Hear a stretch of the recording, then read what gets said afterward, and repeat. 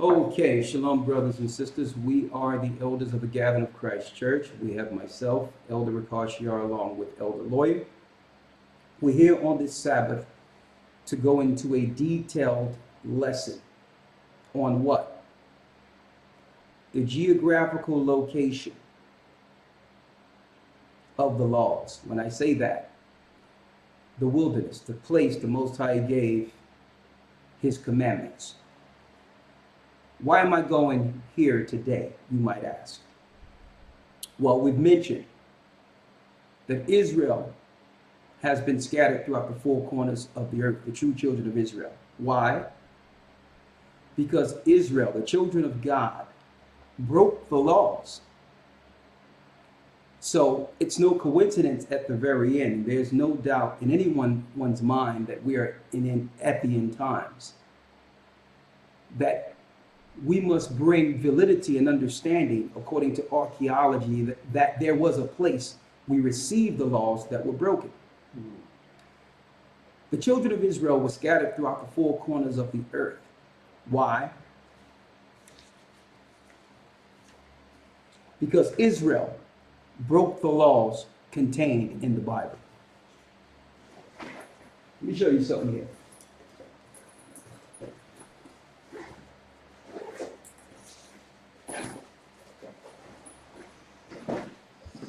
What I have in my hand here is a King James Version Bible with the Apocrypha included.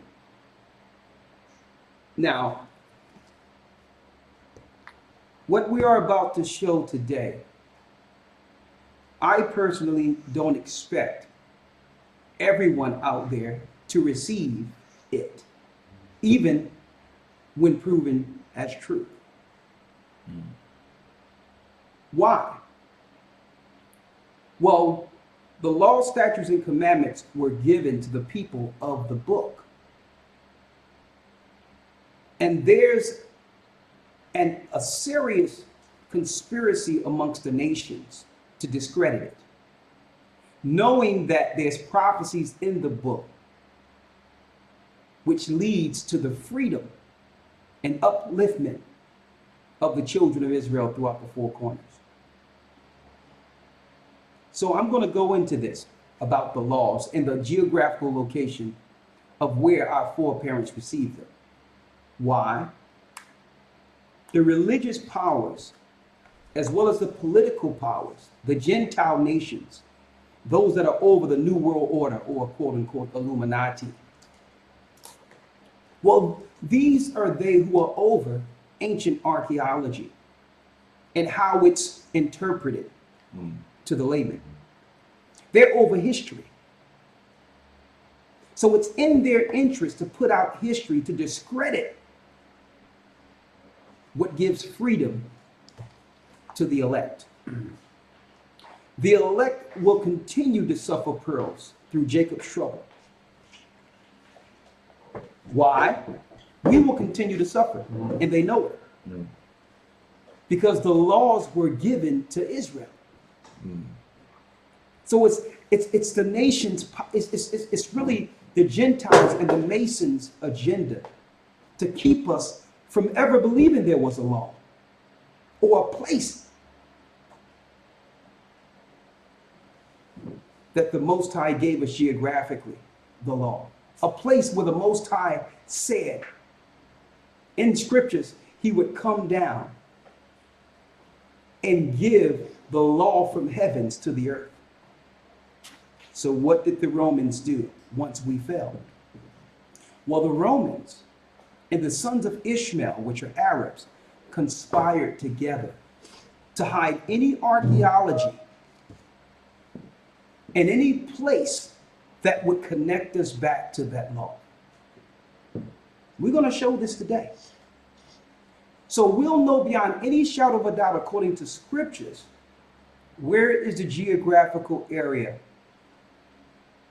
Moses gave the commandments of the Most High to the children of Israel. And guess what? We have archaeology. We have pictures. Picture says 1,000 words. And we have scriptural proof. So instead of going through the conspirators to verify the Bible, we will now go into the Bible and use that as the blueprint and point out the geographical areas according to scriptures, areas that you can find today.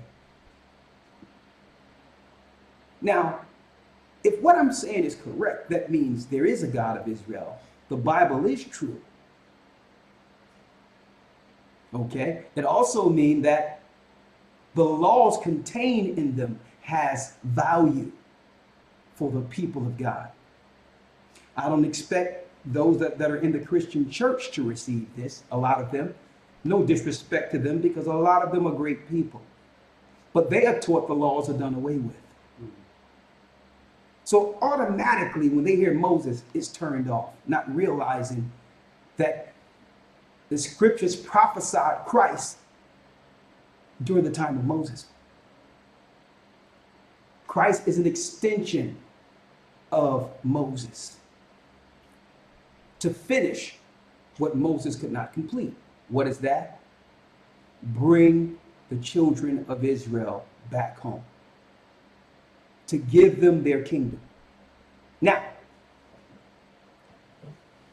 why is this important?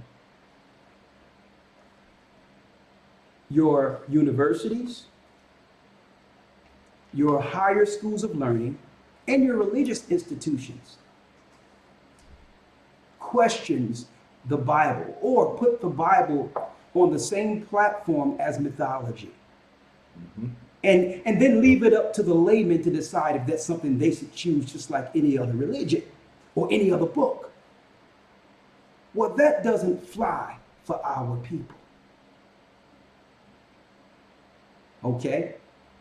The Arabs cannot give me their book and say that's my way of life. The Romans cannot give me their history and their theology and claim that that's my way of life. Okay?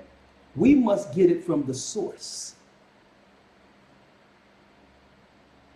Because most people in the earth today questions the Bible and put it on the same plane as mythology, what happens now? Lawlessness has ran rapid throughout the earth. Sin, people with low morality, no pure morals, no honor, no respect. Why? Where there's no law, there's chaos. That's what the New World Order powers want. They want a world of chaos. So they can automatically have that world by attacking the Bible and saying that these laws in the Bible never happened. There was never children of God. There were never people of the Most High. All things are relative and people are individuals and do what they want to do. There's no one way. If the Bible is true and these places we show are correct, and you can reach them yourself today and go see them yourselves, that substantiates the scriptures and let us know that these laws are real. There's a place we receive the laws. We went away from them. Let me just give you a few scriptures on the law real quick. And then I'm going to go into the place that's standing today, that exists today, where Israel, the children of Israel, received the law. We're going to give you geographical locations today, according to scripture. Now, go to Psalms 147 real quick.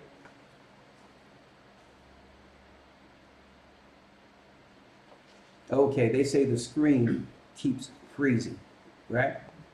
All right, one moment. Let me see if I can fix this. All right. Thank you. All right, going right into it. The geographical location of the mount Moses received the law and delivered that law to the children of the Most High. Now, I wanted to go into the fact that in the end days, in the end times, the so-called Masons under Albert Pike, during the the end of the 19th century, made a proclamation that at the very end they will culminate a fictitious war against Christians and Muslims and eradicate religion and attack the Bible and bring forth lawlessness throughout the whole earth to usher out Lucifer as the God of this new world. So it's no wonder at the very end there's lawlessness and there's no belief, uncertainty, not sure, don't care. So we want to take you way back to when the laws was instituted. Why? Brothers and sisters, we understand why the Gentile nations are lawless. They didn't receive the law. So how can they now become the authority over a book and a law that wasn't given to them and look to discredit it? How can you discredit something that you were never the authority over? Okay, you are the authority of a Gentile rule. See, but they needed to utilize the Bible during the time of our fall, the time that our forefathers were in captivity. They had to grab that bit of morality, that book of law that substantiates everything, that links the whole earth into what happened in the beginning. The laws concerning God's people and the judgment on the nations. And why there's a future judgment on them. They had to get inside and take our book so that they can now spin it their way through theology. Who did this? The Rosicrucians and the Jesuits, the Roman Catholic Church. So that if they can give you a false idea of a book and then expose their falsehoods that they've created at the very end, they realize that the majority of the world, our people, the people of God, would eventually throw out the baby with the bathwater and live in lawlessness without conscience. So we need to take you way back to show you God did come down on the mount, the Most High God. He did give a people a law. Christ came under that same law to fulfill it. And in order for us to receive this kingdom, we, as Christ did, must receive and understand and follow the laws. Okay? Now the archaeologists are lying to you. They gave us a false place for the Mount of Horeb, or the Mount of Laws, where the laws were given to Moses. They gave us a false geographical locations. The Arabs and the Romans, the Edomites, were behind this conspiracy. So that we can believe now that the Bible is a fallacy and all the archaeology points to the fact that there's no Israelites. It never happened. See? But we want to prove them false. Liars. First of all, let's get into the law. For the last couple of weeks in the academy, we did a dispensation. We did something different. We figured that we would take 2 weeks strictly to go into some law so that brothers and sisters in our academy would understand the do's and don'ts according to Moses and the grace that was given under Christ, not to break the law, but that grace was from the penalties of that law and showed how Christ fulfilled the sacrificial part of the law. We went into that for the last couple of weeks. Now we're going into the geographical location where our forefathers received the law. I mentioned before this went out that I don't expect the Gentiles and the other nations to receive this who are dealing with alternative religions or questioning the Bible. Why? Let's go to Psalms 147 real quick. The book of Psalms, chapter 147, verse 19. He showeth his word unto Jacob. Read again. He showeth his word unto Jacob. He showeth his word unto Jacob.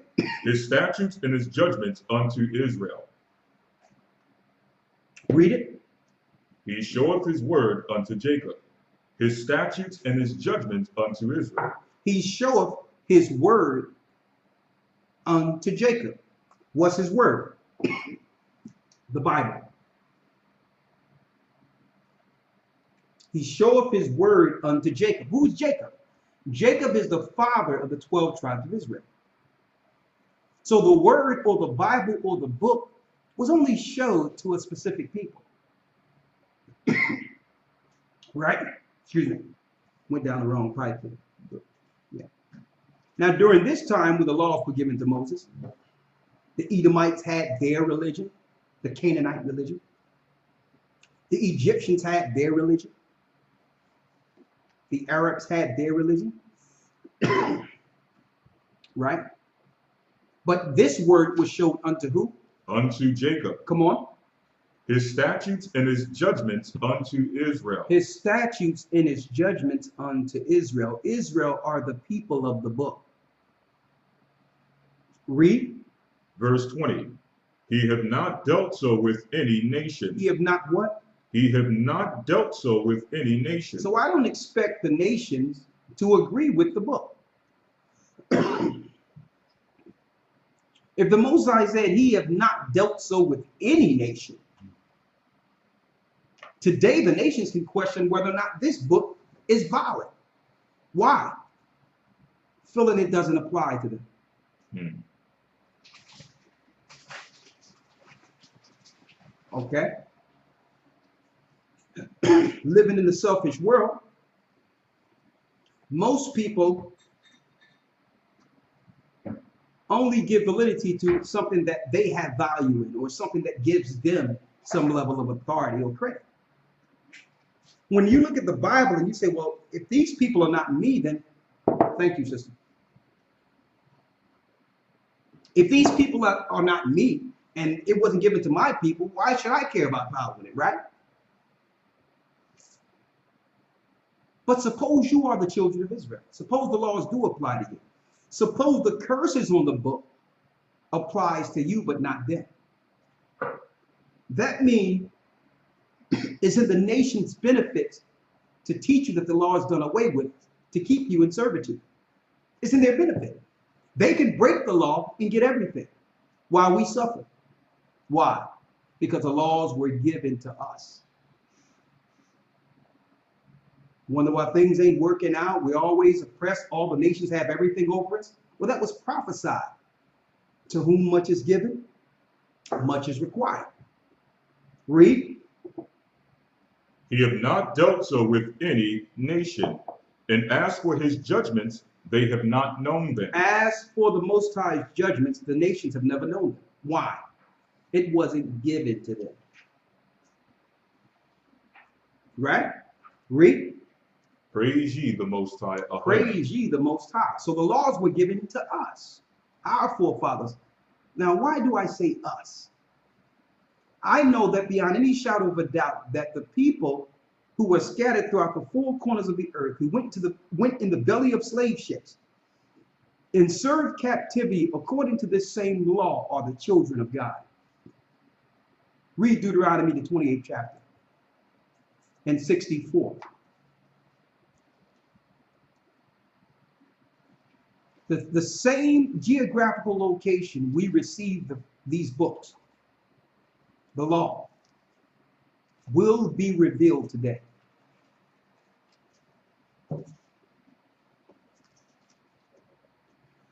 Come on. Deuteronomy chapter 28, verse 64. And the Most High shall scatter thee among all people. So it tells us, according to the scriptures, that the real children of Israel, after breaking the law, read the 15th verse. Verse 15. Come on. But Come on. it shall come to pass, if thou wilt not hearken unto the voice of the Most High thy power, Come on. to observe and to do all his commandments, which I command thee, and his statutes, which I command thee this day, that all these curses shall come upon thee and overtake thee. That all these curses shall come upon thee and overtake thee. What curses? Deuteronomy 28 and 64. Deuteronomy 28 and 64. And the Most High Ahijah shall scatter thee among all people. You will be scattered amongst all people. That means you will lose your homeland, Israel, and get scattered throughout the earth. And what? From the one end of the earth even unto the other. And do what? And there thou shalt serve other gods. And there thou shalt serve what? Other gods. Other gods. Which neither thou nor thy fathers have known, even wood and stone. Even wood and stone. Right?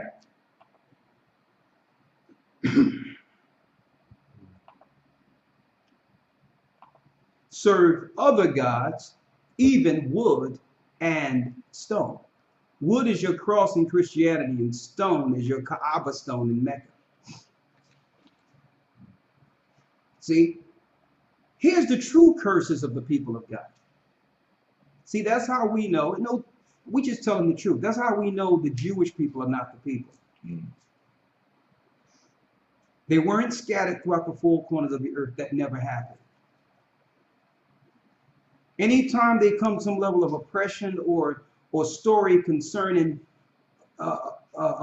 oppression or some level of negativity done towards them, they just bring up the Holocaust.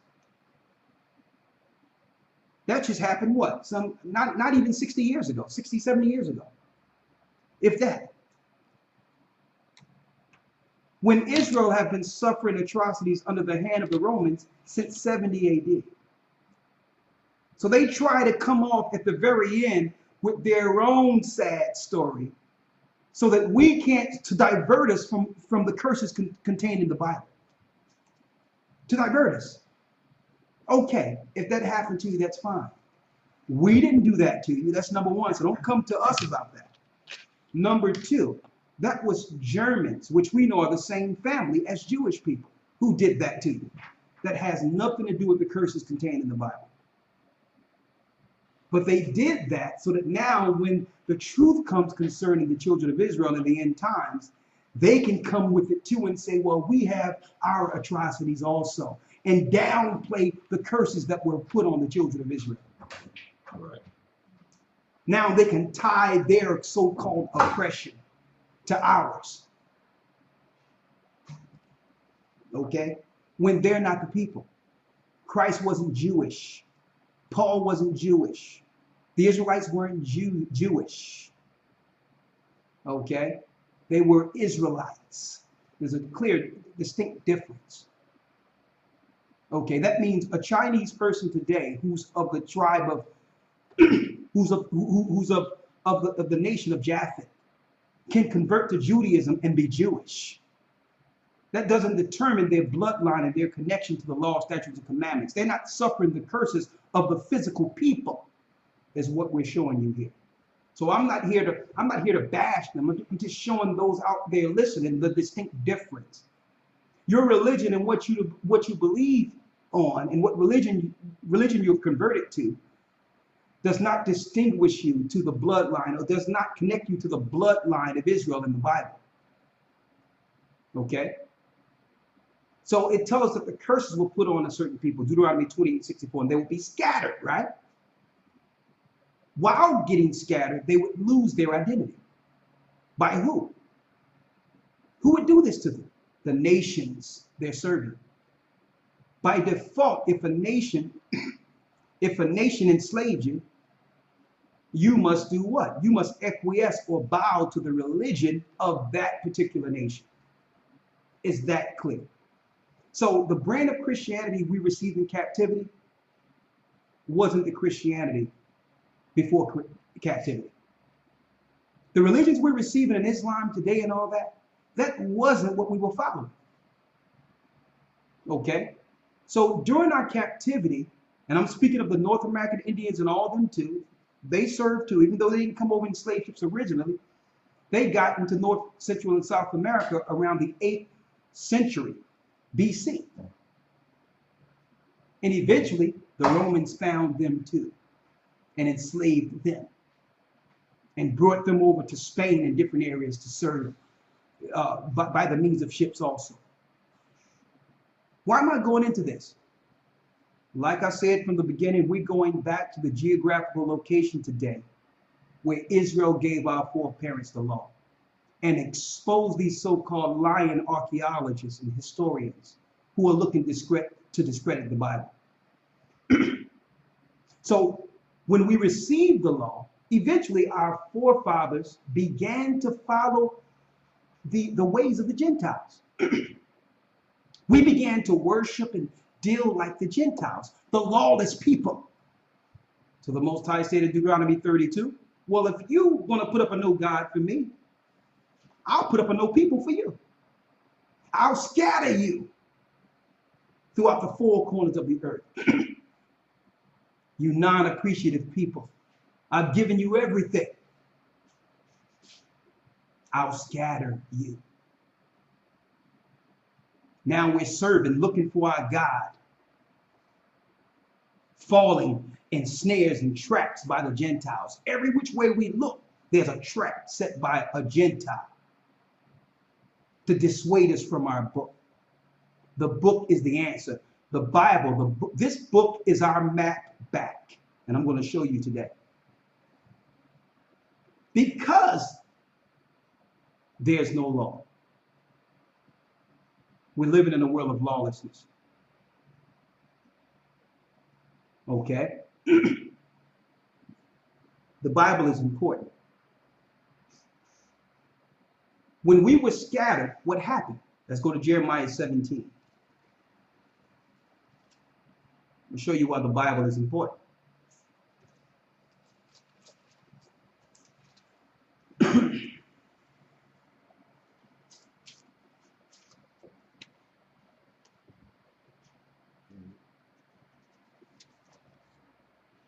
Jeremiah 17, read 4 and 5, please. Book of Jeremiah, chapter 17, verse 4. And thou, even thyself, shalt discontinue from thine heritage that I gave thee. So what happened? Israel broke the law, and the Most High fulfilled his promise that he would scatter us, and through that captivity, Israel would discontinue from the heritage that he gave us.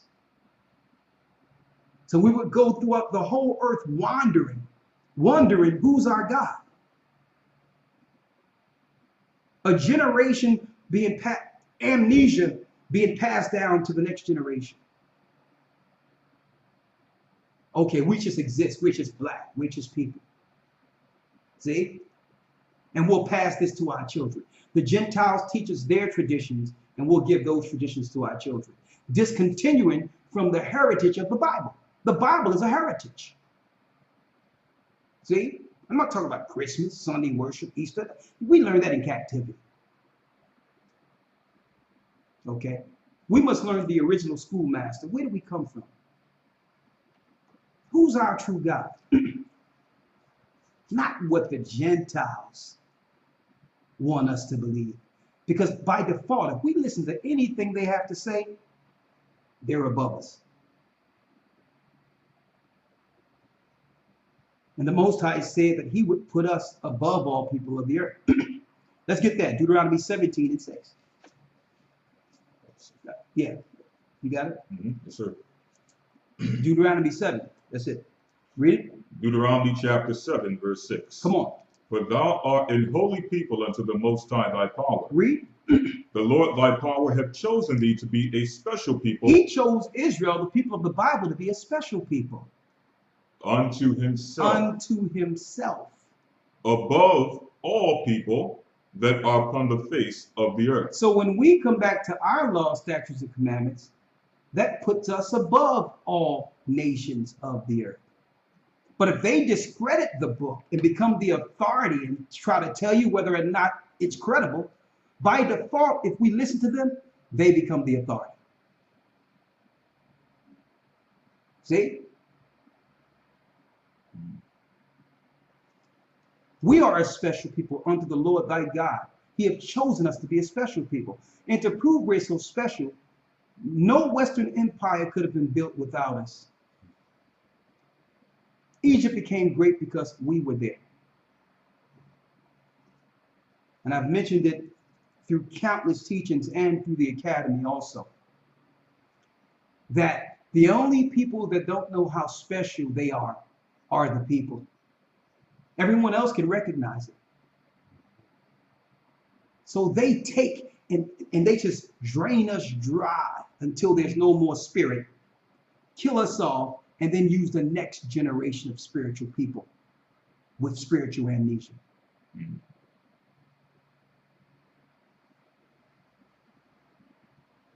Who's behind this conspiracy? Before I go there, let's go into the perilous times and at the very end to prove why the Bible is so important, why the laws are so important. Because without the Bible, you notice no Gentile or no one out there with some level of understanding who claim they know something gives an alternative of what we should follow. Oh, no, we don't need the Bible. Just be a good person. Well, what is your interpretation of good? Mm. A rapist think raping people is good. A pedophile think that's good. A homosexual think what they're doing is good. So now we're going to leave that to interpretation now of what's good. No, we need a law that all people can agree is right. And usually that law comes from the Bible. The Bible don't agree with lawlessness, perversions, evil, wickedness. So only the wicked would try to claim the Bible isn't true. Only the wicked. That means I know something in the Bible is against my personal behavior. Therefore, I'll just claim that it really is just any other book because it disagrees with my lifestyle. That doesn't mean the Bible is wrong. You're wrong. We should have something in this earth to measure ourselves by. The Most High gave us the Bible. And because of this, because we're living in a world in which we can't substantiate anything, we look to the Gentiles to give anything credit or make it credible, knowing that they're evil anyway. By that, what type of world are we living in now? Let's read it. We're living in perilous times. 2 Timothy chapter 3, verse 3. Come on. This know also, that in the last days perilous times shall come. Perilous times shall come. For men shall be lovers of their own selves. Read. Covetous. Lovers of their own selves. See, if we have a law to measure ourselves by, we would love our neighbors as ourselves. See? The spirit of selfishness could not lie dormant within us because we're comparing ourselves to Christ. We're comparing ourselves to those who have sacrificed themselves for a greater good. But without the law, we become lovers of ourselves. Vain. Vanity. See, that's why the world don't want you to see the law and know the law exists. They need you vain because the Lord of this world is vain. He's vanity. Satan himself. Read. For men shall be lovers of their own selves. Come on. Covetous. Covetous. That means not just want what they have. They want what you got. Okay? They want to take what belongs to you. That's covetous. Read. Boasters. Here's the chat. Get rid of this. Yeah. Okay, good. Go ahead. Boasters. Proud. Proud. Blasphemous. Blasphemous. Disobedient to parents. And you notice there's no honor between children and parent anymore. When the Bible says, honor thy mother and father, lest your days be short on the earth. Mm-hmm. There's no honor. You have people calling out their mother and father saying that they were never good enough and all that. I mentioned this a couple of weeks ago in the academy.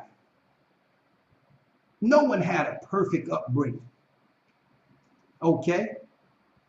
But our father and mother should have honor nonetheless. Why? The Most High used them to bring us here. And we cannot dishonor that. The world wants us to always suck in our personal, I would say, our personal place of darkness. Oh, my mother didn't do this right for me like other children. My father didn't do this, or they wasn't there and all that. Why? Because if you don't have the spirit of if you don't have the spirit of forgiveness, you stay in that darkness. You become that child and you stay that child forever, controlled by the New World Order. See? They need you as a child, always feeling someone has victimized you. You are a victim. You made yourself a victim. You should forgive yourself. Forgive your parents and honor them. And don't put yourself and your parents out on Front Street like that. Because when you put dishonor on your father's and mother's name, you know how other people are looking at you? You're dishonoring you. They're not feeling sorry for you. You're dishonoring yourself. You're dishonoring your own family. Discretion fattens a house. When you speak of your family, it should be honor before other people. And the things that are not so comely, that stays in-house. You honor. Why? Because you're putting forth a legacy for your children. You think the other nations don't have dirt and all types of evil going on amongst them? But what? They keep that private so that what? Their legacy. The good things can be passed down to their children.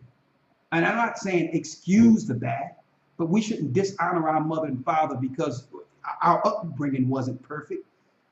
What type of upbringing you expect in captivity? With everyone operating against you, the healthcare system operating, trying to get to the children from birth, putting pressure on the parents to get their own children sick and all that, making it where you can't get a job and you must do certain things to just stay above water. What you expect? So we should have honor with our mother and father. I didn't want to go all the way there because I'm going into a more historical, archaeological lesson today, but I wanted to talk about that. That's the world we live in. Why? There's no law. If we dishonor our mother and father, we dishonor the God that made us. Okay? I can't say that everything was perfect growing up, but guess what? I honor my mother, who I'm blessed to still have amongst me. And I bless and I honor my father. Every time I talk about my father, even though he's passed over to my fathers, it's about the good times. Okay, I honor him in his absence. We have to take that. That's how our forefathers were before we fell. Okay, read on. Unthankful. We're unthankful, read. Unholy. Now this is the world. Unthankful, unholy. Without natural affection. Listen, and because of that, with no morality, we lose what natural affection is. We create our own affection and say, well, there's no law, so we can do what we want. Do as we will. Do as thou wilt. The old Aleister Crowley banter. See? You can only do this, you can only promote this type of perilous behavior in a world without the law. See? Now, is our God wrong in the scriptures for looking to banish the earth? Banish this behavior from the earth? Is he insensitive? Or is this the world we want? They're like, what God would punish people for doing? Listen, why do you want to be evil? Why are you worried about a God punishing evil if you're doing good? You understand?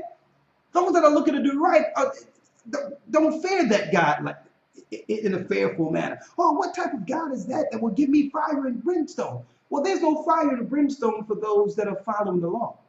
Or are you just looking to be evil and hope that God excuse you for that? Come on. See, the Bible says in end times that perilous times shall come. These are the times we're in. Why? We're in a time in which man can question whether or not God exists, whether or not the book is real. We're at a time where the historians and the archaeologists are Satanists and are purposely throwing people off concerning the true history that gives the Bible its true credit. And we don't expect, like I said, everyone to receive this. The kingdom is for a few. But our brothers and sisters, you out there, you will have the history now to destroy anyone that comes up to you and try to claim the Bible is a myth. There's no archaeological facts concerning Moses. There's no archaeological facts concerning the laws. You will be able to sit down, hold your head up high, and defend your record. That's all we have. They took everything else from us. At least let us have our Bible. At least let us have that, right? Read perilous times. Come on. Verse 3. Without natural affection. Without natural affection. Truce breakers. Truce breakers. That means without a law, because in the Bible, why? You have to honor your oaths according to scriptures. You have to honor your agreements according to scriptures. But see, if you have no law, you can just break agreements. See, just like the good old Christians that came over to America and broke how many treaties with the North American Indians? Good old Christians. What? Oh, yeah, I'm going to kill you and we're going to break this treaty. We're going to just push you into a corner somewhere and take all the good land. Forgive me, please, because I'm Jesus. See, if these were people of the law, then they could not break the law, because why? They will be accountable to the punishments of it. But these people can do it. Why?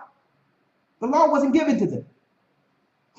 They can break every agreement, lie in your face, take everything from you, and prosper for a time. There won't be a judgment, though, but they can prosper under the God of this earth. Right? Come on. False accusers. False accusers. And I'm seeing that more and more. And I think that the internet perpetuates this behavior. Why? Because people think they can type behind a computer and be blameless. They think because it's sort of ambiguous, or you know, they can operate behind the shadows, that there's no repercussion for their actions.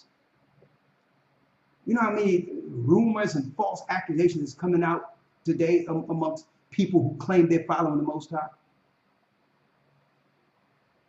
False accusers. Why? Of people without law. Read, because the Bible says in the law, thou shalt not bear false witness against thy neighbor. Right? Go on. Incontinent. Incontinent. Fierce. Despisers of those that are good. Despisers of those that are good. Traitors. Traitors. That means they'll be down with you for a time. And then you turn around, guess what? To say, oh, I love you. Oh, man, you helped me. Next thing you know, you turn around, it's their hand on the handle of a knife in your back. Oh, yeah, I love you. Oh, yeah, man. Thank you, man. Next thing you turn around, guess whose knife is in your back? Traitors. So nothing surprises me in this time. Why? Because we are living in a world that's been convinced, a world convinced that God don't exist, there's no law. So now you can have people who love you, and you love them, and then next thing you know, bad. They got a knife in your back. Oh yeah. Check out this video. Check this video out.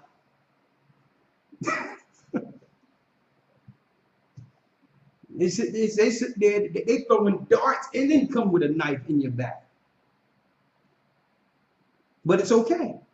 The Bible says this is the times. Perilous times.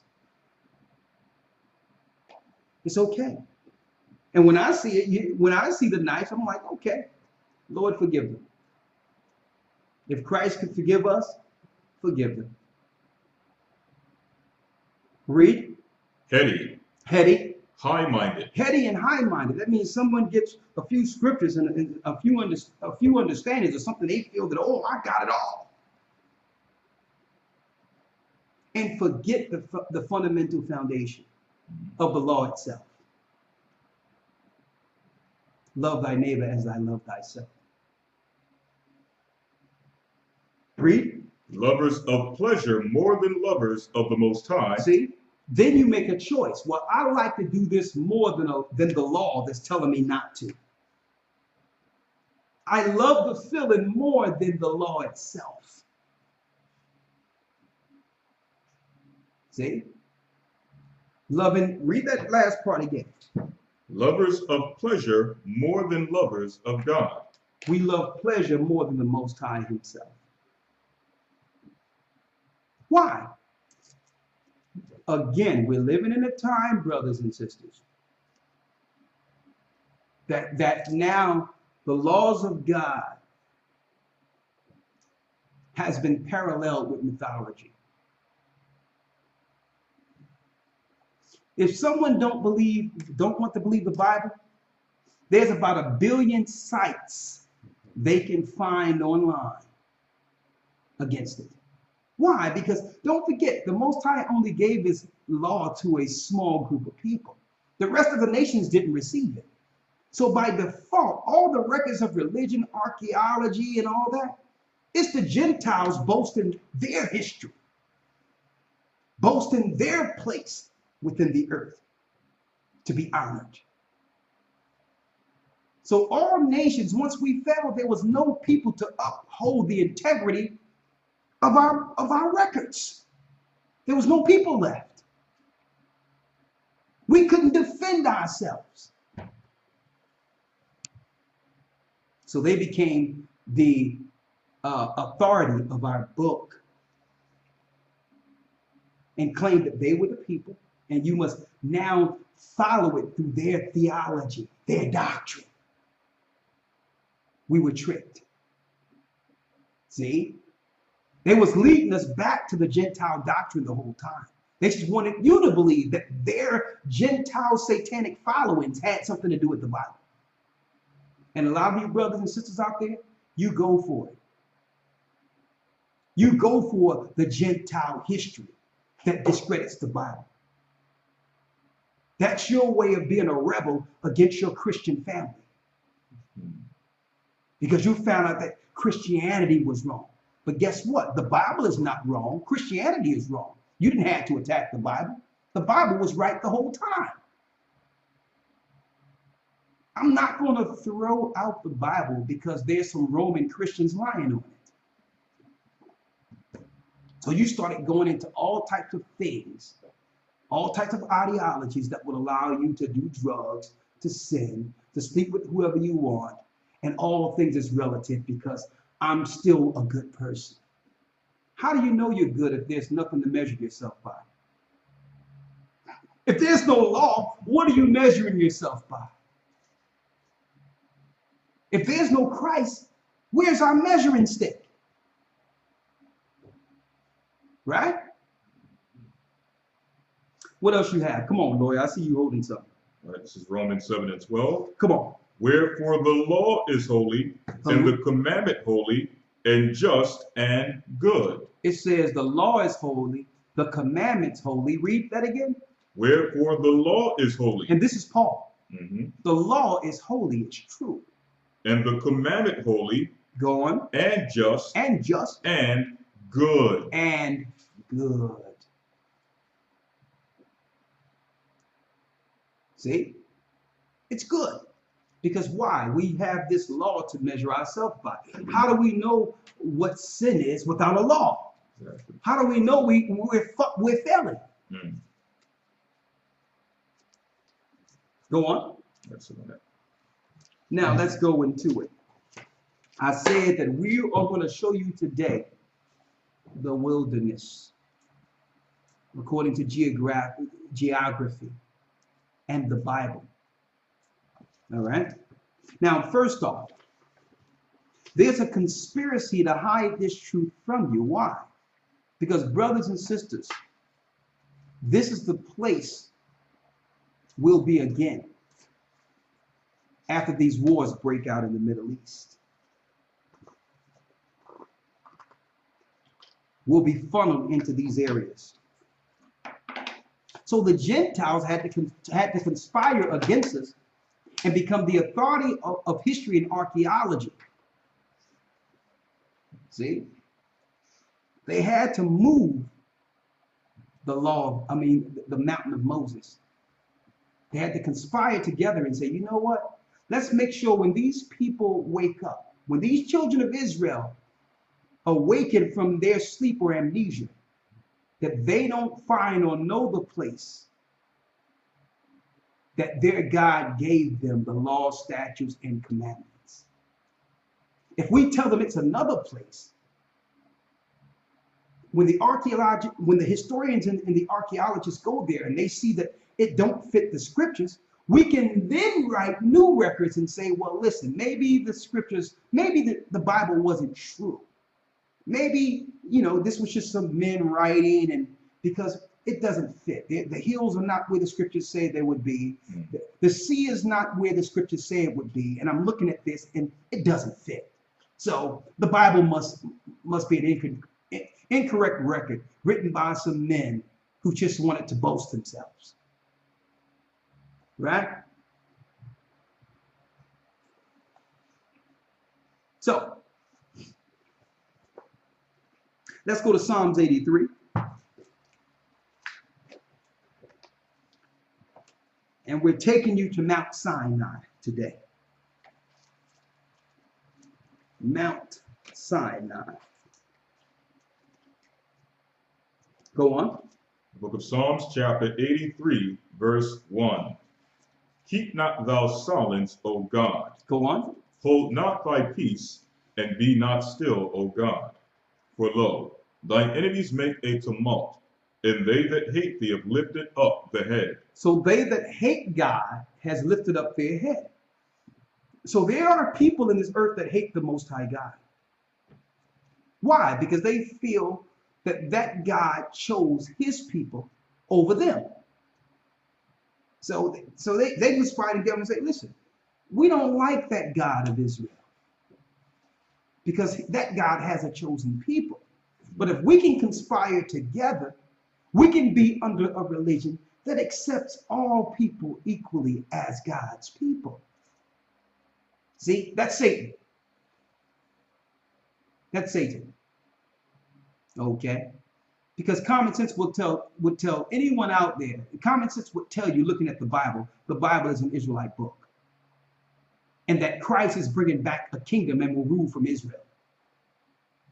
So even Christians, without them understanding, should know that the Most High has a chosen people that will be led by Christ in the kingdom. That's Israelites over all people.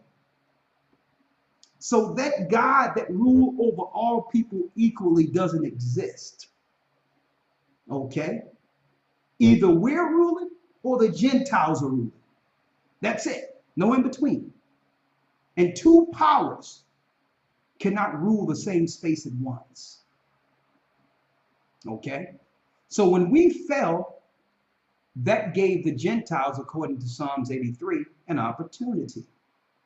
To do what? To conspire. Okay, they broke God's law. Let's make sure they stay down. Let's make sure they stay in captivity. What? We're going to make our own laws and make it okay to break the laws amongst them, so that they can stay under us. And we can never tell these people that they are the children of God. They're going to ignore us. They're going to look down on our history and authority. They will stop listening to us. We have to tell them they're Hamites. Let them know they're anybody. If you give them back their God, we lose everything. Right? Read it. Verse 3. Come on. They have taken crafty counsel against thy people. They have taken crafty counsel against thy people. Read. And consulted against thy hidden ones. They have consulted together, these Gentile nations, against the hidden ones. Who's hidden? Those who lost their law, statutes, and commandments through captivity. Read. They have said, come, and let us cut them off from being a nation. Here's the conspiracy. They said what? Come, and let us cut them off from being a nation. Let's cut them off from being a nation, that the name of Israel may be no more in remembrance. They cannot remember they're the children of Israel. So in captivity, we must teach them there's someone else. Or just don't know. Well, no one really knows who the Israelites are. They just disappear. Okay? While we're living the curses every day written up in Deuteronomy 28. Not only Deuteronomy 28, we live in we live in the Lamentations of Jeremiah. We live in all of the curses of the Old Testament. What people are behind this conspiracy? Read it. Verse 5. For they have consulted together with one consent. One consent means one world order. Read. They are confederate against thee. And they are confederate, a government against the true children of Israel. It's a federation with a mindset and an agenda to destroy the poor people who are scattered, who are the true children of God. Go on. Verse 6. Now it's going to point out these culprits, these conspirators. Read. Verse 6. The tabernacles of Edom. The tabernacles of Edom. Edomites, who are Romans, who are Germans, who are the European powers that eventually took Asia Minor or Europe after Alexander the Greek. They were at first in Mount Seir, linked up with the Canaanites and married the Canaanite women and began to follow the Canaanite god Satan. The Romans. I went into it not too long ago that the imperialistic family, the so-called Roman family over there in England today, most people think that that's Queen Elizabeth and Prince Charles. No, they're from the Wettin family of Germany, and they ascended to the throne after the death of Prince Charles, the son of King James. And then they took on the names of Elizabeth. They took on the name of Charles. Where they ascended from. That means they were at a lower state in Europe and ascended to something higher. What did they ascend to? Black people ruling. That's King James. King James the sixth and the first, right in your face. Okay? He was a Judite from the tribe of Judah. I don't care what they try to tell you. He was fighting against these Edomites from the Roman Catholic Church. Why am I mentioning this? Because the Romans before King James was behind the conspiracy to hide the true mountain of Horeb. The true mountain we received the laws. Guess who was behind hiding that? The Edomites. Knowing that one day it was prophesied we would one day stand in the future in that very same place before the same God. The tabernacles of who? The tabernacles of Edom. Which are the European powers, the British families. They're Edomites. They're not Japhites. And I know a lot of people say the Ashkenazi Jews. It says Ashkenaz in the book of Genesis. No. When they went into the lands, the Japhetic lands, they took on those Japhetic names after conquering. Okay? They are Edomites that conquered under Alexander the Greek, Antiochus Epiphanes, and the Roman emperors. They're from Mount Seir. Edomites, and who else? And the Ishmaelites. And the Ishmaelites. Who are the Ishmaelites? Arabs. Arabs. So they'll make you think there's this fight between the Christians and ISIS and the Arabs, when the Saudis and the Bush families and the Queen of England are all at the pinnacle. They're over the same conspiracy against us. That's garbage that they're fighting between Islam and Christianity. That's a lie. That's a political diversion. When they're working together a federation against us. How do we know this? Well, I've traveled all over the earth. I went into the Middle East. I've been to the Western world, and guess what? They're chemtrailing over every place together. You would think that if they were against the Christian world, then the Christian world wouldn't have no influence on what poisons are let loose over there, over the population. They're together in destroying God's people. But they are together really against the children of God, knowing that we are waking up. So that means the Romans, the Edomites, and the Arabs must work together against Israel. So that when it comes come a time in which we begin to start traveling back and forth and all that, to look for these archaeological findings, these historical biblical places, it'll be someplace else. Why? Because you have the Arabs who own the land and the Romans working together to move geographical locations so that we can believe nothing happened in the Old Testament. So that we can now say, well, listen, there's no archaeological proof that it exists, so the Bible must be false. They were working together. What proof we have of that? Okay. Let's go into the St. Catherine's Monastery. Now, what is the St. Catherine Monastery, which is the Catholic Church? What is that doing erected in Egypt?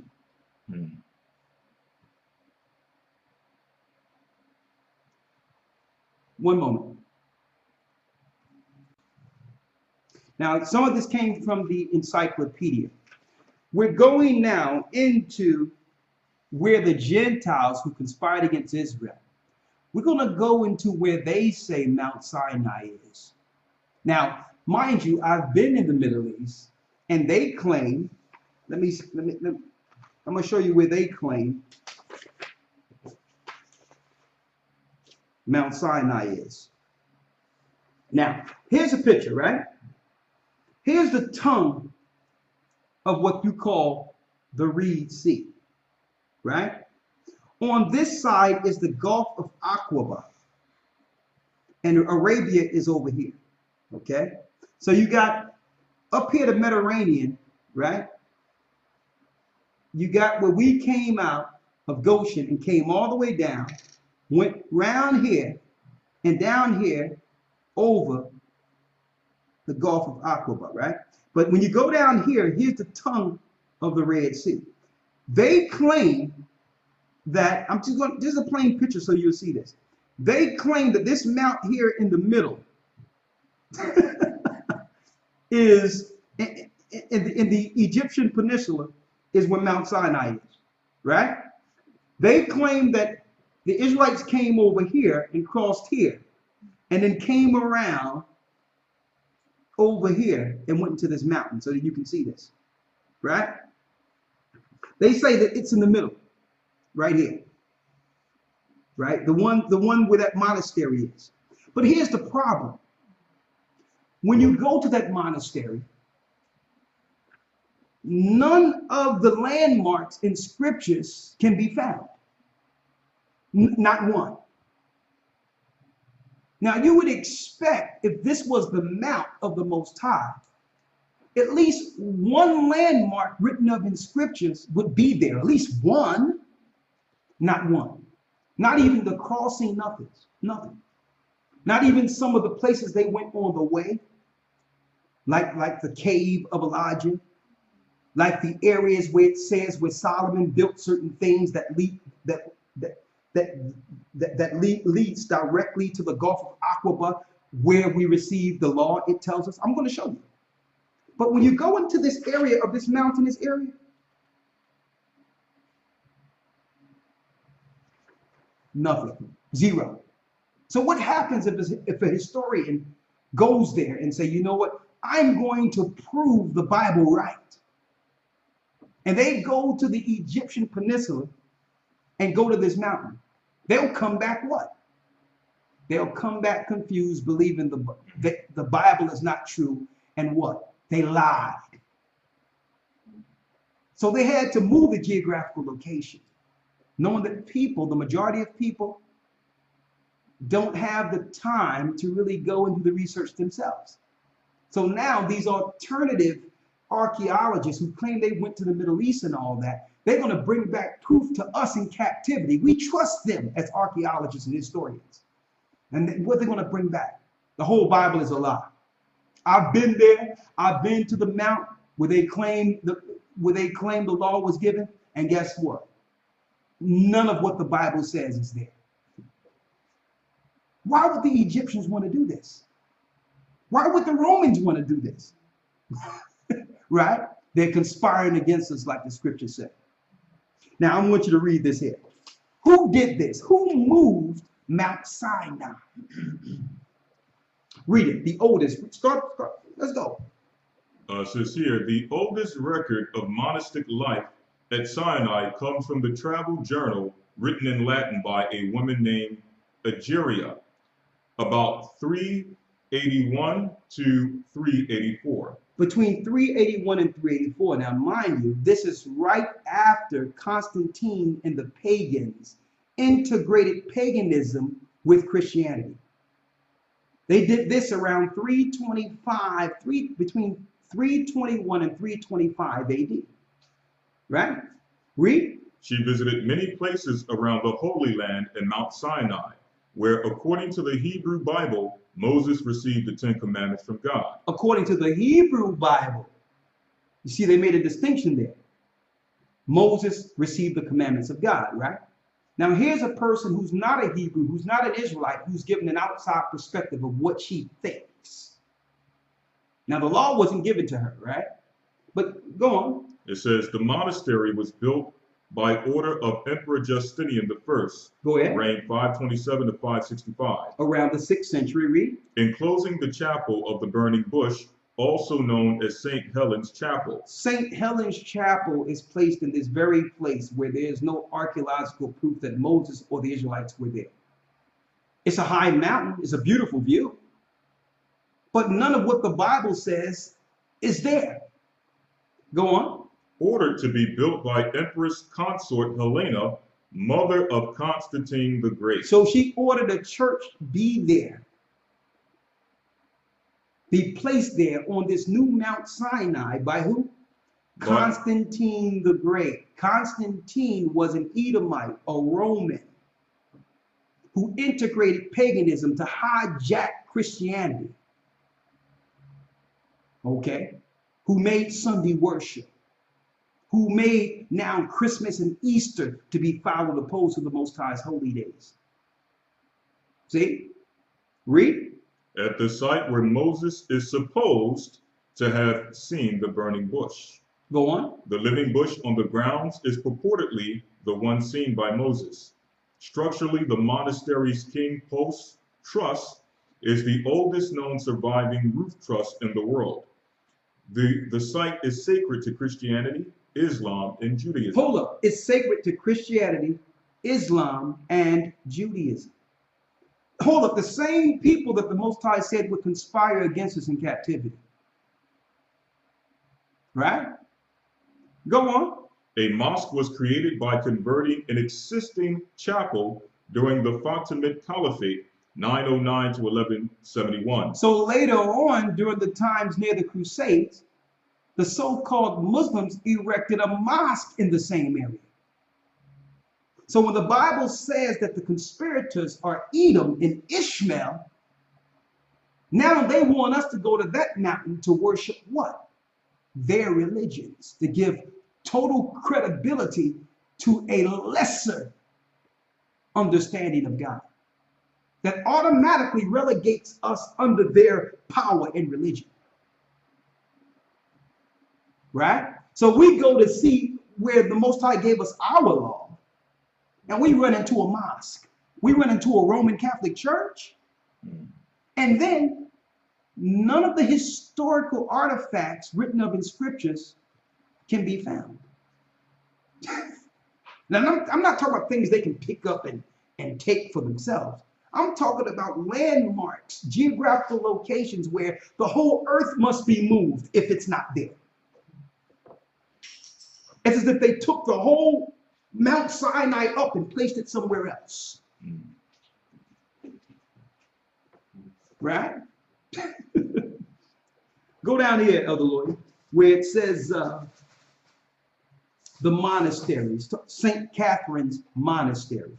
It says here, the monastery, along with several dependencies in the area, constitute the entire Church of Sinai. So it's an entire Church of Sinai, read? Which is headed by an archbishop, who is also the abbot of the monastery. The exact administrative status of the church within the Eastern Orthodox Church is ambiguous. By some, including the church itself, it is considered autocephalous. By others, an autonomous church under the jurisdiction of the Greek Orthodox Church of Jerusalem. The Greek Orthodox Church of Jerusalem. So here it is. You got the Muslims, Arabs, you have the Romans, Christian church, and you have the Danite Greek Orthodox, all together conspiring to have people go there and worship a lesser God. Right? So what happens when a true historian and archaeologist come to that area who are not dealing with no religions? Right? They'll go there and they'll look at this and say, you know what, I'm just going to deal with it from an anthropology, anthropy, or an archaeological standpoint. I'm not even going to deal with the religious aspect. I know you all have your little beliefs, but I'm going to deal with it strictly through science now. Right? He goes there and with the Bible and say, you know what, all of this is a joke. All of you are just getting paid off of a lie.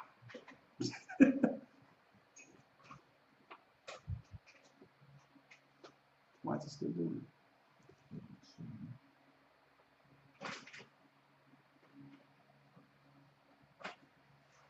One moment.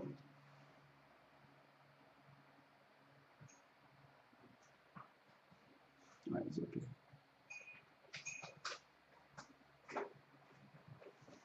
All right.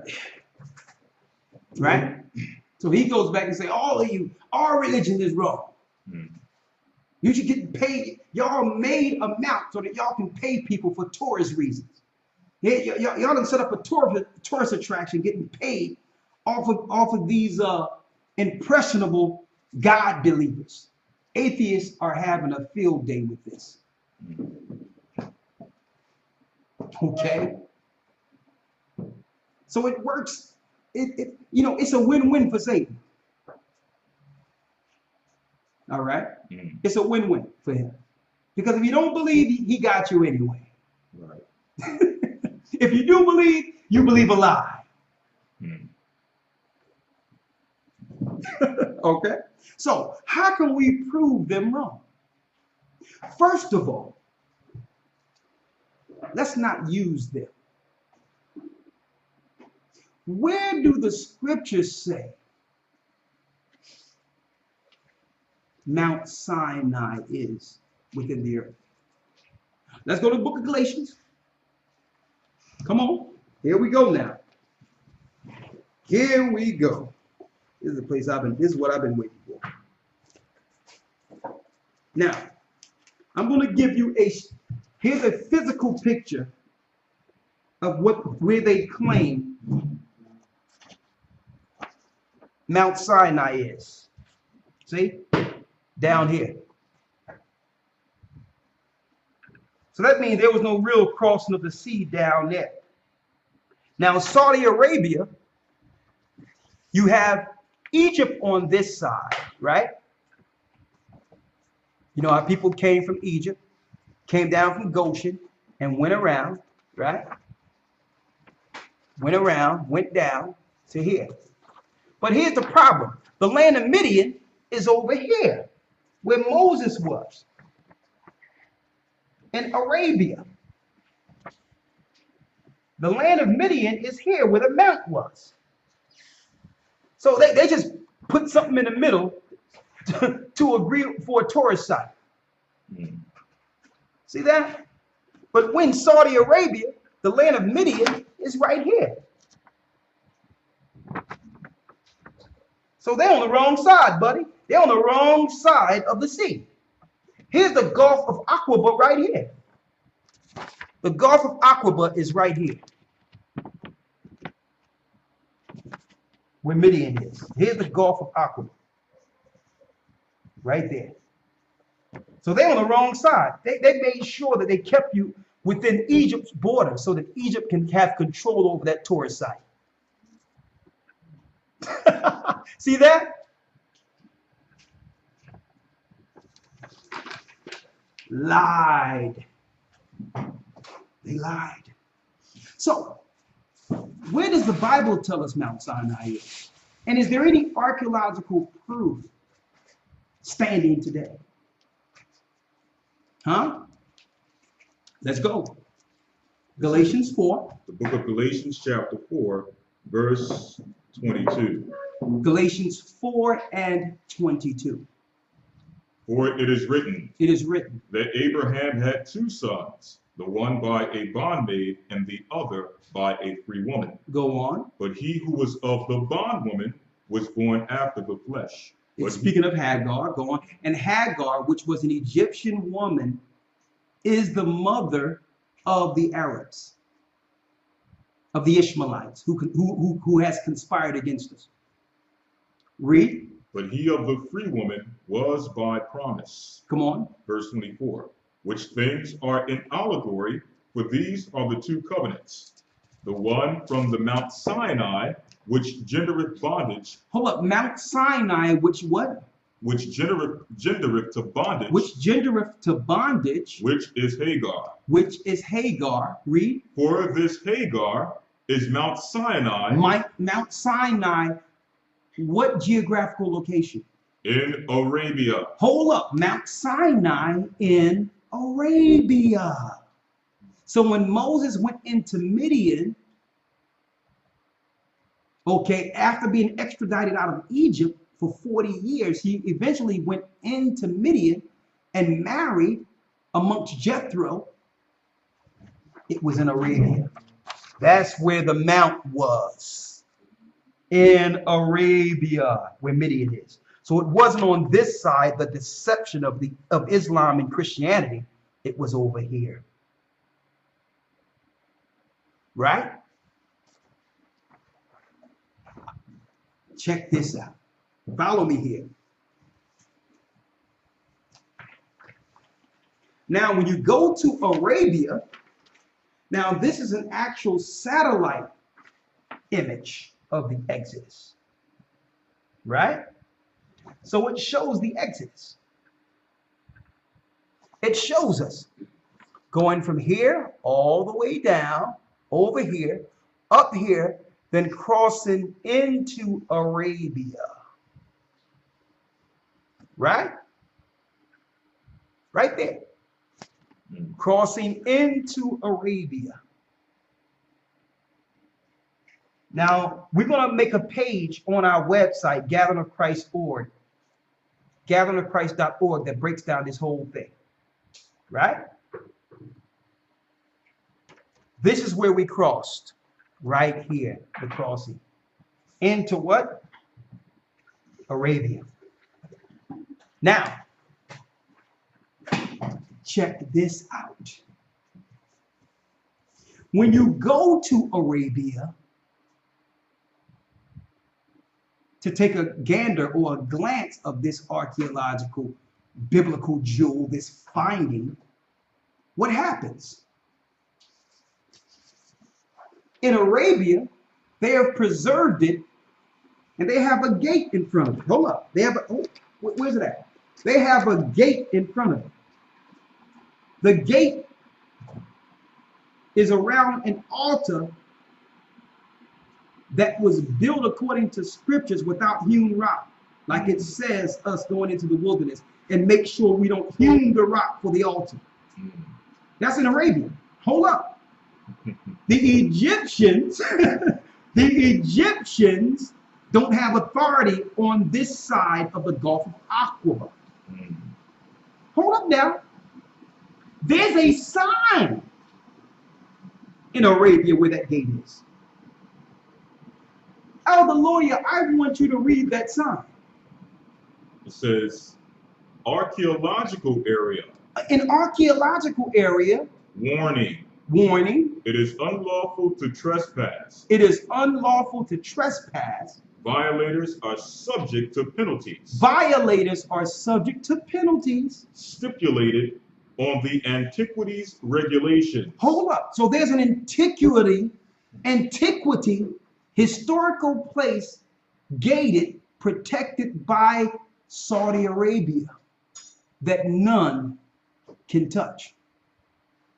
While they make you believe the mount is someplace else.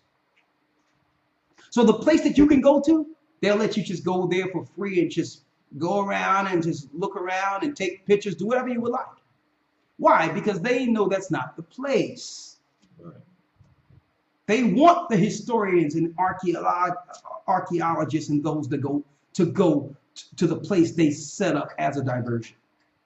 Because they know that's the news you're going to take back to the Western world and the ignorant to discredit the book.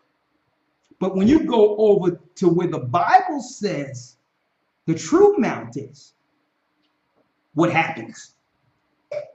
What happens? They have it gated. Now, some people ask, well, if it's in Arabia and the Ishmaelites were behind it, the conspiracy, why didn't they just tear this place down and deal with it all together and go against it? You think they didn't try?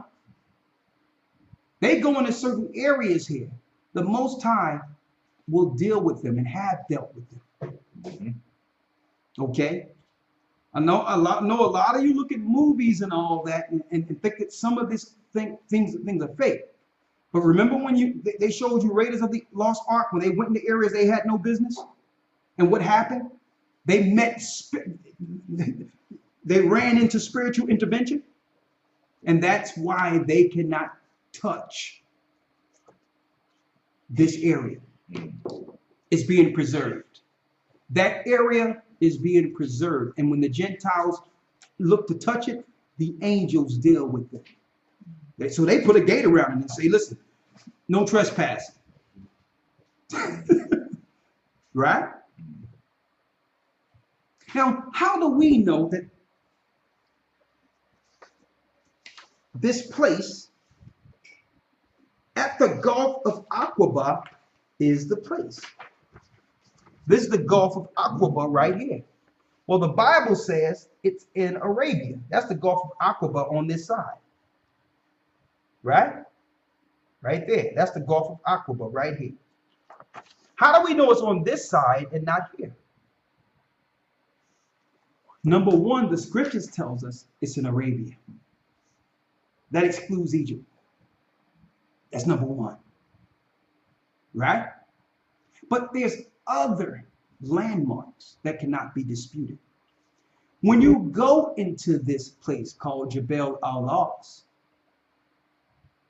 the mountain of laws, there's 12 pillars for each of the tribes of Israel. I'm going to go through a few of them here. Let's go through a few of them, Elder Lloyd. Yes, sir. Let's go to Exodus 3:1. Now it's time to hit that Bible now. How do we know where the mount is?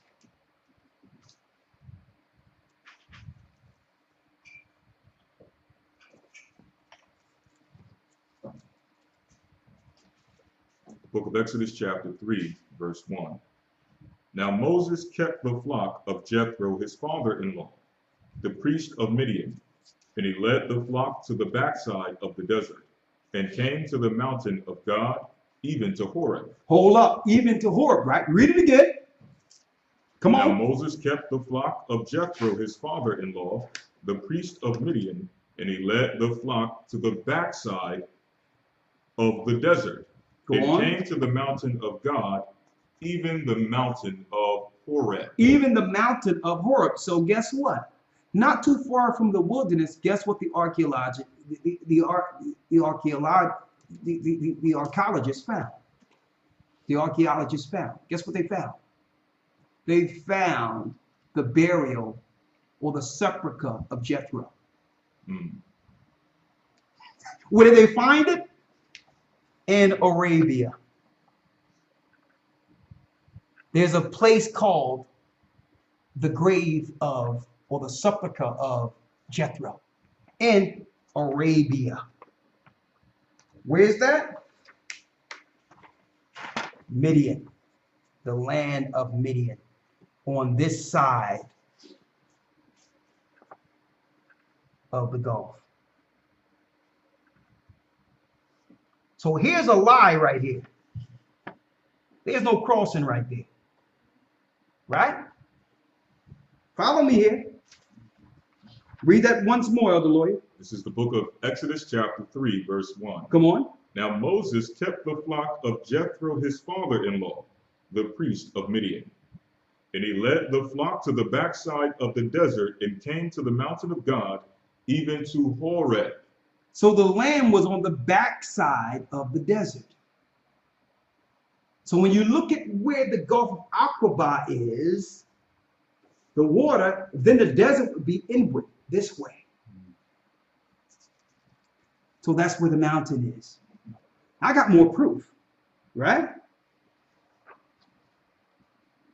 Let's deal with the crossing, where the Israelites crossed the Red Sea, which is connected to what? The Gulf of Aqaba. Let's go to 1 Kings.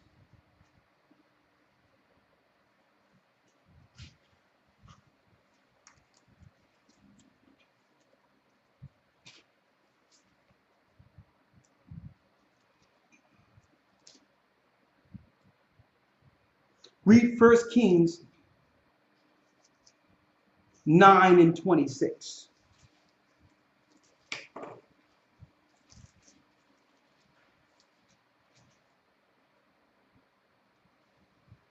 First Kings chapter 9, verse 26. Come on. Then King Solomon made a navy of ships in Ezion-Geber, which is beside Elath, on the shore of the Red Sea, in the land of Edom. Go on. And Hiram sent in the navy his servants, shipmen that had the knowledge of the sea, with the servants of Solomon. And they came to Ophir, and fetched from thence gold 420 talents, and brought it to King Solomon. When it says here, 1 Kings 9 and 26, and it says on the shore of the Red Sea, it says right here, this verse provides us with some compelling clues of the area, right? Look at what it says here. It refers to a body of water through which the Israelites passed at the time of the Exodus. It can also be read, however, Yam Saf, sea lands end, a more likely reading referring to the Red Sea and to its eastern arm, the Gulf of Aqaba. What's the Gulf of Aqaba? Right here. So you have the land of Edom up here, then you went down to the Gulf of Aqaba. So what? It would be between the Red Sea and up here. So it's not up Petra, it's not at the tongue of the Red Sea, it's right here in the middle going into Arabia. A geographical location of where Solomon sent ships, which is the same area our people were at the mount. Are you following me here? Listen to this clearly. More. Let's go to where the Most High came down and rained fire on the mountain. He came down with fire on the mount. Let's go there real quick. Right? Let's go to Exodus.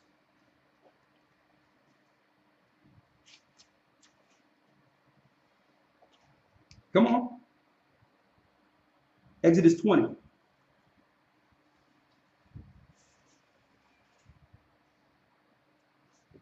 As a matter of fact, Exodus about 19, right? Yes, Exodus 19. Let's go there. Come on. About the 18th verse.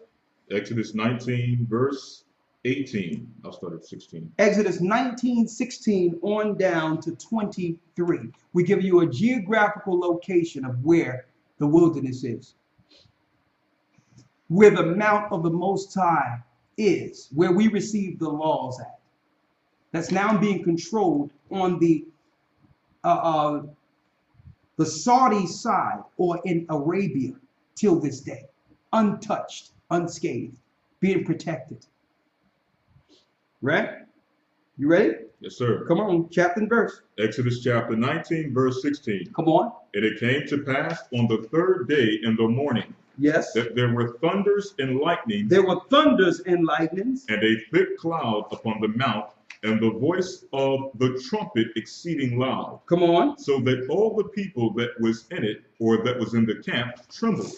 And Moses brought forth the people out of the camp to meet with the Most High Ahiah. Come on. And they stood at the nether part of the mount. And Mount Sinai was altogether on a smoke. It was all together on a what? On a smoke. On a smoke. Because the Lord descended upon it in fire. And fire. And the smoke thereof ascended as the smoke of a furnace, and the whole mount quaked greatly. And the whole mount quaked greatly. See, that's the problem with the Mount Sinai in the Egyptian peninsula. It's not charred. There's no fire or mountain showing that smoke or fire came down. But guess what? When you look at a picture from the Arabian side, the Gulf of Aqaba in Arabia, there's a mount that's burnt at the top.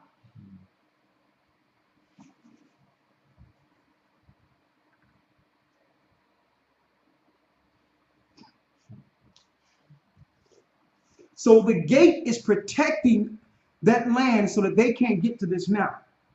Neither do they want to go to this mountain.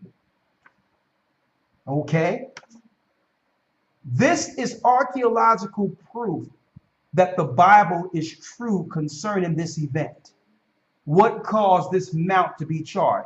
What's the difference between this mount and the other ones around there? And guess where this mount is? It's Mount Horeb in Arabia.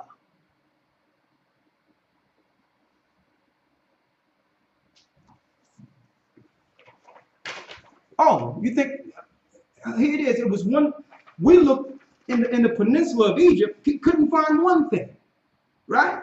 We done found a few things so far, right? So how many of you so-called archaeologists or atheists who claim in the Bible is fallacy, how many of you are willing to go and check this out? Or are you satisfied with the lie? Oh, there's more. There is more. There is more. Come on, stick with me here. Go to Exodus 32 and 4. The book of Exodus chapter 32, verse 4. And he received them at their hand, and fashioned it with a graving tool, after he had made it a molten calf, and they said, These be thy gods, O Israel, which brought thee up out of the land of Egypt. Okay, and guess what?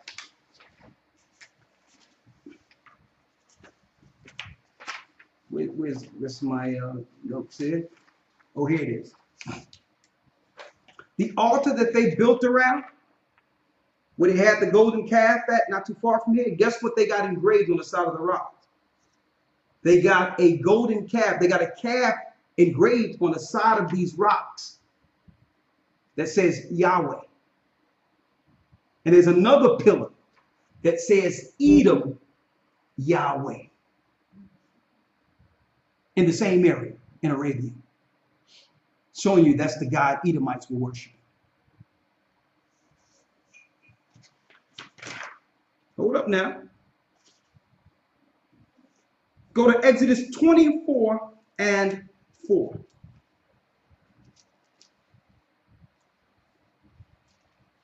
Exodus chapter 24, verse 4. Come on. And Moses wrote all the words of the Most High. And Moses wrote all the words of the Most High. Come on. And rose up early in the morning, and builded an altar under the hill, and 12 pillars according to the 12 tribes of Israel.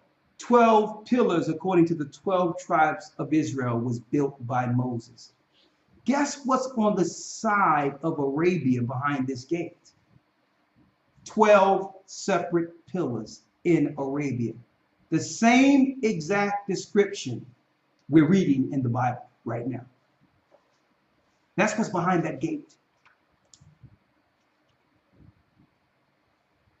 And they make it, if you want to travel there, you must have some level of high prestige and a clearance.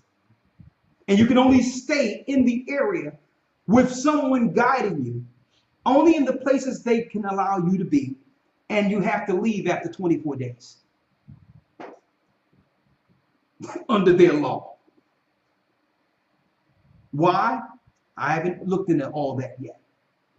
But I know that when it all breaks down and what happens over the Middle East, I know that gate is going to fall. And our people are going to be in that same area. Okay? We have to be gathered in the areas outside of there, but persecution is going to lead us. The Most High is going to allow us to go back again. And we will be protected in that same area. More. Now, you can't dispute this one. Let's go to Exodus 17 and 6. The book of Exodus, chapter 17, verse 6. Come on. Behold, I will stand before thee there upon the rock in Horeb, and thou shalt smite the rock, and there shall come water out of it. Now, Moses, because our Israelites, our people complaining, hungry, thirsty, Moses says, you know what? I'll stand before the rock of Horeb and do what? And thou shalt smite the rock, and there shall come water out that the people may drink. And there shall come water out that the people shall drink. Brothers and sisters, here's the rock of Horeb that was split by the staff of Moses in Arabia.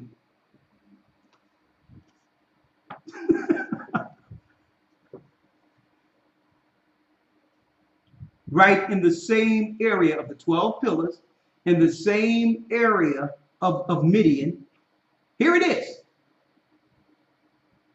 He struck the rock with his staff, and it split it down, and water gushed out like a river coming out of it, like a faucet for the people. And guess what? Enough water to nourish all 12 tribes came out of this rock.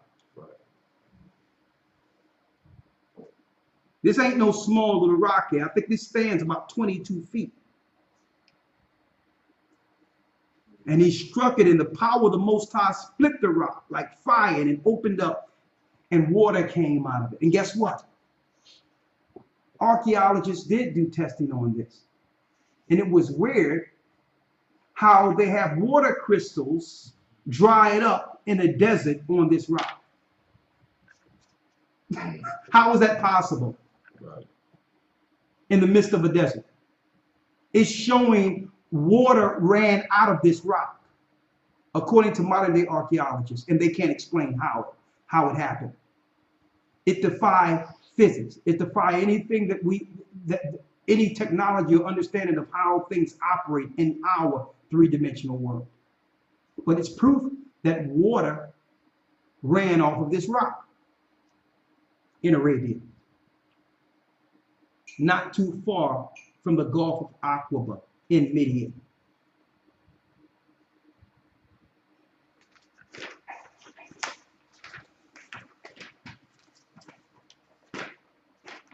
Here's the lie. The lie is it was never there. The Roman Catholic Church and the Arabs placed and put together a false Sinai to discredit the book. So that now Sinai, or what they call their mount, can be controlled by the Egyptians. You have Sharm el-Sheikh down here at the tongue of this. You have the Gulf of Aqaba over here, and you have the land of Midian where Moses fled on this side.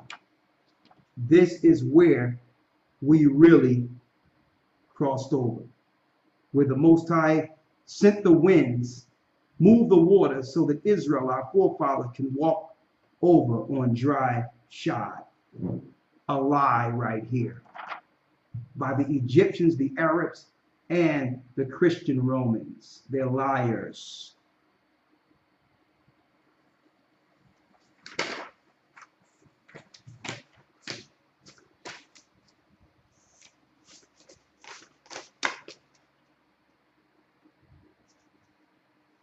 One moment.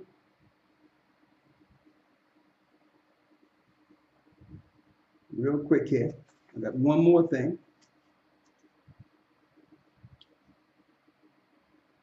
One more thing. Exodus 15 and 27. Exodus chapter 15, verse 27. Start at 22. Verse 22. So Moses brought Israel from the Red Sea, and they went out into the wilderness of Shur. And they went 3 days in the wilderness and found no water. And when they came to Marah, they could not drink of the waters of Marah, for they were bitter. Therefore the name of it was called Marah. And I'm glad we pointed that out, because when you look at that landmark Marah, you would never guess where that is. The side of Saudi Arabia. I'm giving you all these landmarks so you can look at it, look it up yourself, and see the lies that came from the Romans and the Arabs. Why? They conspired against us. They upset that a promise is coming back with Christ to free us. They've deceived us. They've moved the whole mountain and lied through science and archaeology and false history. And our people just eat it up. When you go into that, it shows here, read this real quick, exploring the further possibility. Read. Yes, sir. It says, Bitter Springs of Marah, exploring the further possibility that the Israelites passed through the waters of the Red Sea at the Strait of Tiran. We picked up our search for landmarks on the Saudi Arabia side of the Gulf of Aqaba.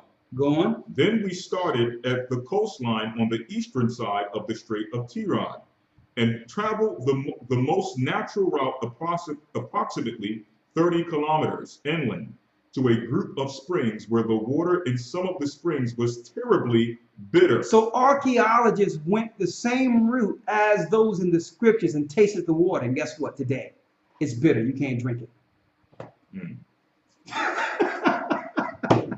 In Saudi Arabia.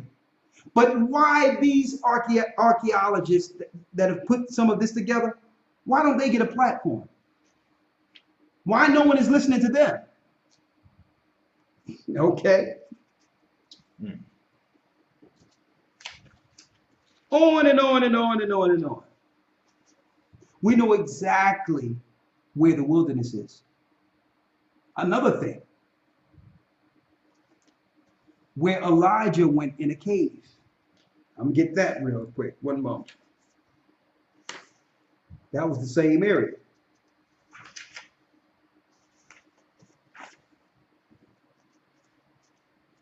I think I had Elijah's cave on this one. One moment.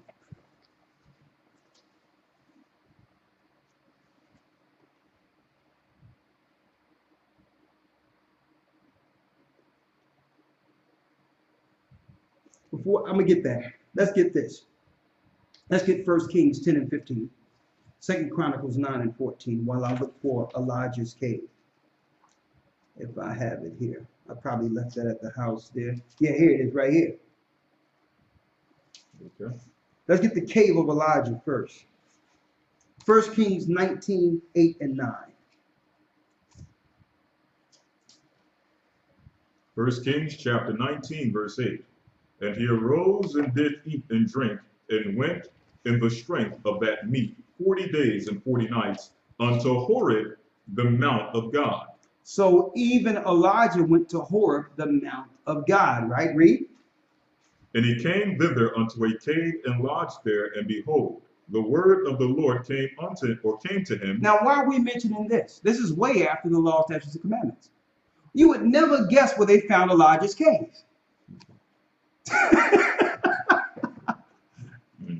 Near the Mount of Horeb.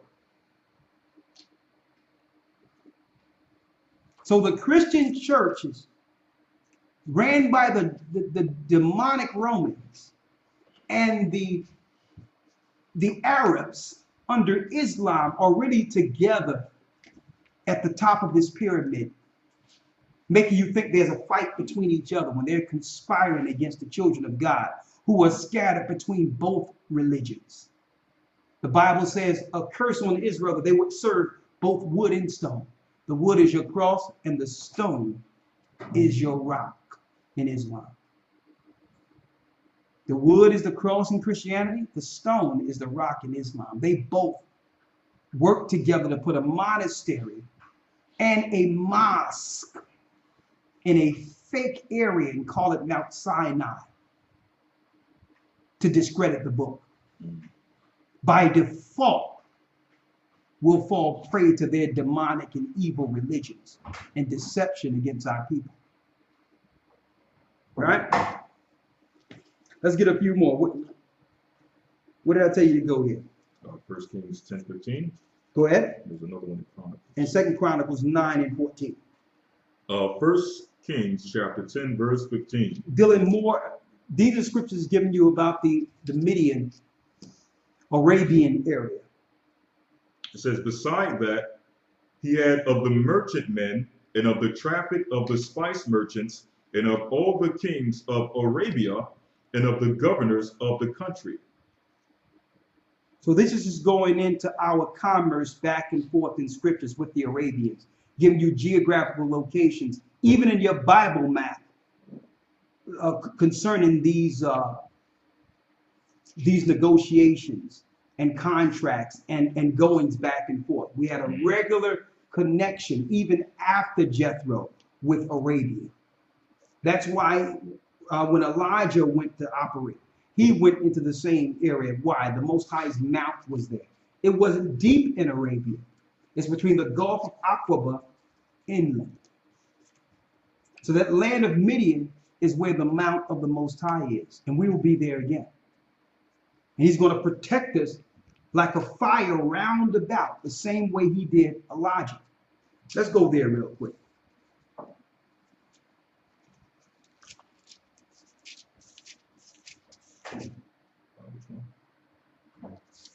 Which shows the Most High will be a fire round about us. Let me get that.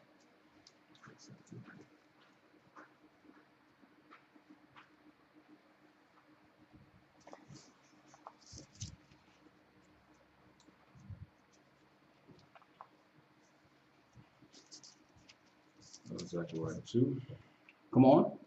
Zechariah chapter 2, verse 1. I lifted up mine eyes again and looked, and behold, a man with a measuring line in his hand. A man with a measuring line in his hand. Then said I, whither goest thou? And he said unto me, to measure Jerusalem, to see what is the breadth thereof, and what is the length thereof. And behold, the angel that talked with me went forth, and another angel went out to meet him. And he said unto him, run, speak to this young man, saying, Jerusalem shall be inhabited as towns without walls, for the multitude of men and cattle therein. For I, saith the Lord, will be unto her a wall of fire round about her. See that? When it says Jerusalem, it's speaking of the people, because Jerusalem has been destroyed. So it's telling us that what? Read that again. For I, saith the Most High, will be unto her a wall of fire round about her. A wall of fire round about her. Read. And will be the glory in the midst of her. And will be the glory in the midst of her. So what's going to happen? The areas that the scriptures say in Isaiah 11 and 11, that's where we'll be until the high persecutions from the quote-unquote New World Order. That's after the fall of Babylon. Then the Most High says he's going to smite the waters 7 streams. We're going to go over into a land and be protected for a time with the Most High round about us. So that gate is going to be gone. It's going to be the Most High protecting us. Then it tell you in Ezekiel, the nations are going to think something against us and say, let's go against them in towns without walls. And that will be the beginning of the end of the New World the New World's armies, according to scriptures. That will lead to the coming of Christ. But again, I said I wanted to bring out some proof today because that's a whole lesson in itself that I will cover soon. But I wanted to go into a geographical area to show you that there is a place that no one can touch that's still in existence right now, which is the Mount of the Most High. Mount Horeb is in Arabia, according to scriptures. And it's being protected by the angels. That's why the government of Arabia can't deal with it or touch it. They can put a gate around it, but they can't touch it. It's being preserved for those that run into that area from the persecution. Let's end it with Galatians. And we'll go into the lesson we prepared today next week. I wanted to show that today. Read it. The book of Galatians, chapter 4, verse 24. Come on. Which things are an allegory, for these are the two covenants. These are the two covenants. Read. We know that one covenant was with Ishmael and the other was with our father Isaac. And see, and this is another reason why Arabs would like to discredit Paul. Because Paul was attacking the Ishmaelite imposition against our people. He was making it straight with those Arabs that they are not the people. They are not the authority, even though they were born before us under Hagar.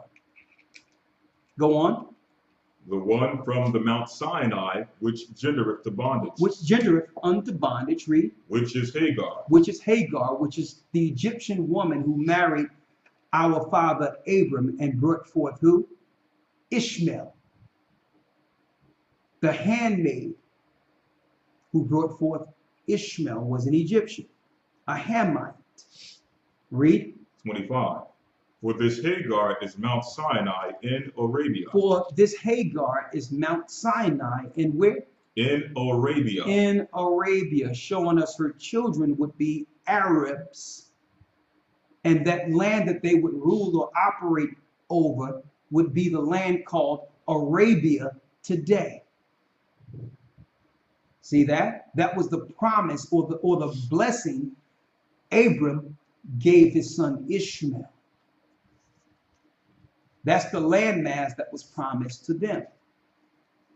That's also what borders that area is the Mount of the Most High. Read it. And answereth to Jerusalem. And answereth to Jerusalem. Which now is and is in bondage with her children. And now is and in bondage with her children. But Jerusalem which is above is free. Hold up, but Jerusalem which is above is free. Which is the mother of us all. That's really the true homeland. Not Mecca, not Arabia.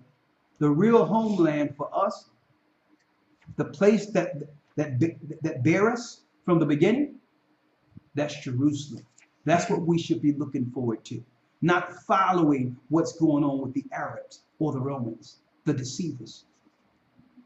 See, and that's why the majority of religions in this earth attacked Paul. He was exposing them. Why? Because they were looking to be the authority because they were born first.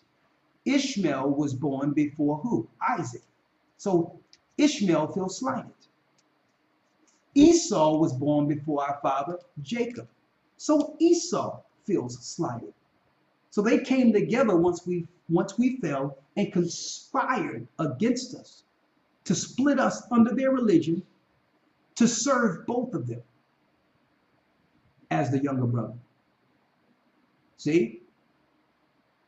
And while we were asleep, they came together and created a Mount Sinai and deceived everyone. But the Most High, I thank the Most High, He preserved His word true, which gives us a map back. Back to where? The law. And before it's over, brothers and sisters, that's where we'll be, right before the coming of Christ. With that, we have the Academy tomorrow. And if anyone have any announcements or any questions based on what I've just went over, because there's only one part of it. I'm going to cover more parts within the academy coming up.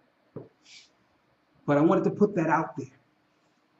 And I wanted to say this also.